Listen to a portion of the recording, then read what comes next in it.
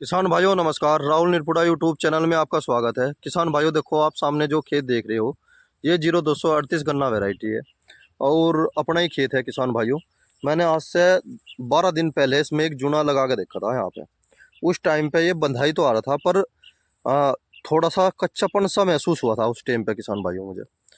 तो फिर मैंने रुक गया था, मैंने बंधाई नहीं करवाई और अब जब मैं इसकी बंधाई का कार्य करवा रहा, देखो किसान भाइयों, थोड़ी सी मेहनत तो जरूर हो जा किसान की, पर आप ये देखो खेत कितना अच्छा चल रहा।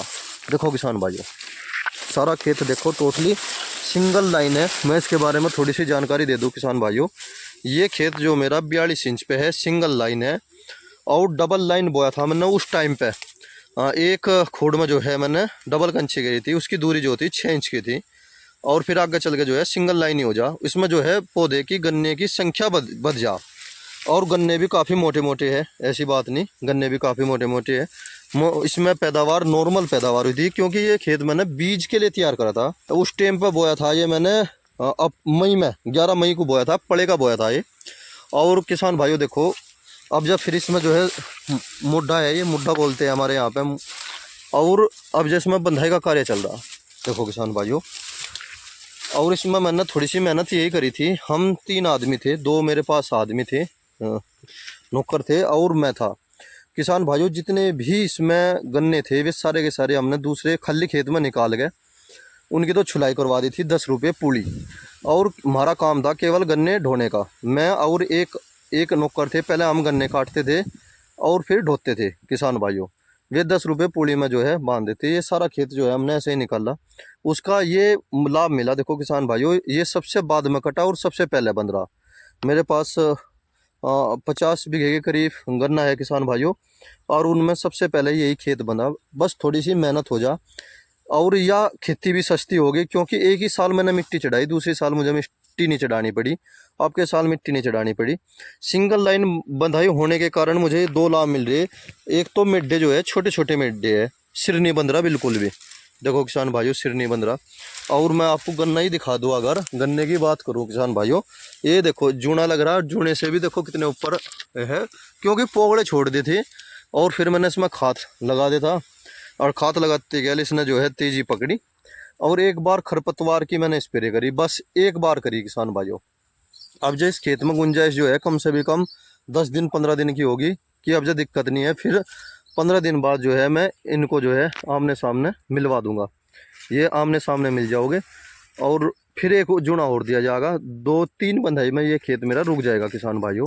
कम खर्चे में ही मान लो, 3 बंधाई कोई ज़्यादा नहीं होती, 1500-1700 रुपये के करीब जाएगी।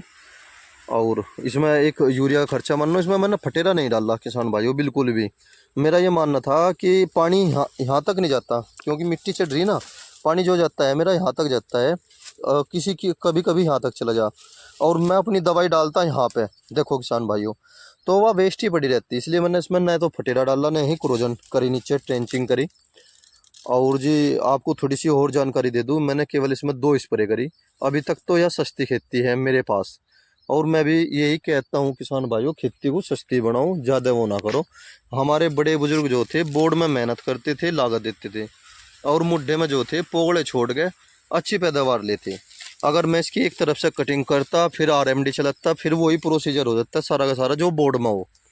ये प्रोसीजर जो है मैं इसमें चाहे तिबरसा रखूँ मैं, उसमें करना पड़ेगा, क्योंकि तीसरी साल जो है मुड्ढा नहीं रह पाएगा, खेत ज़्यादा बड़ा ज़बरदस्त हो जाएगा।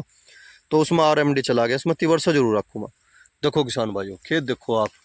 और आपका जो चौथी स्टेज आने वाली है किसान भाइयों, यह हर साल भारी पड़ती है किसान भाइयों पे। इसीलिए किसान भाइयों अपने खेतों पे विजिट करते रहो, देखते रहो कहीं कीड़ा तो नहीं आ रहा, क्योंकि अब जो है थोड़ा थोड़ा देखने को मिल रहा किसान भाइयों के खेतों में। जैसे मैं दुकानदार भाइयों से संपर्क करता रहता हूँ, और उनके पास किसान आते हैं, वे बताते हैं भाई हमारे खेत में यह बीमारी देखी गई। एक बीमारी अब जो सबसे ज़्यादा चल रही है किसान भाइयों, पोका बोइंग की। जिस खेत में हम हर्बिसाइड का उपयोग करेंगे उसमें पोका बोइंग 100% आओगा किसान भाइयों, 100% पोका बोइंग आओगा। उसके लिए यही कॉपर ऑक्सोराइड मार दो, सस्ती दवाई है, नॉर्मल दवाई है, केवल वही काम करे, बहुत अच्छा काम करे। जय किसान।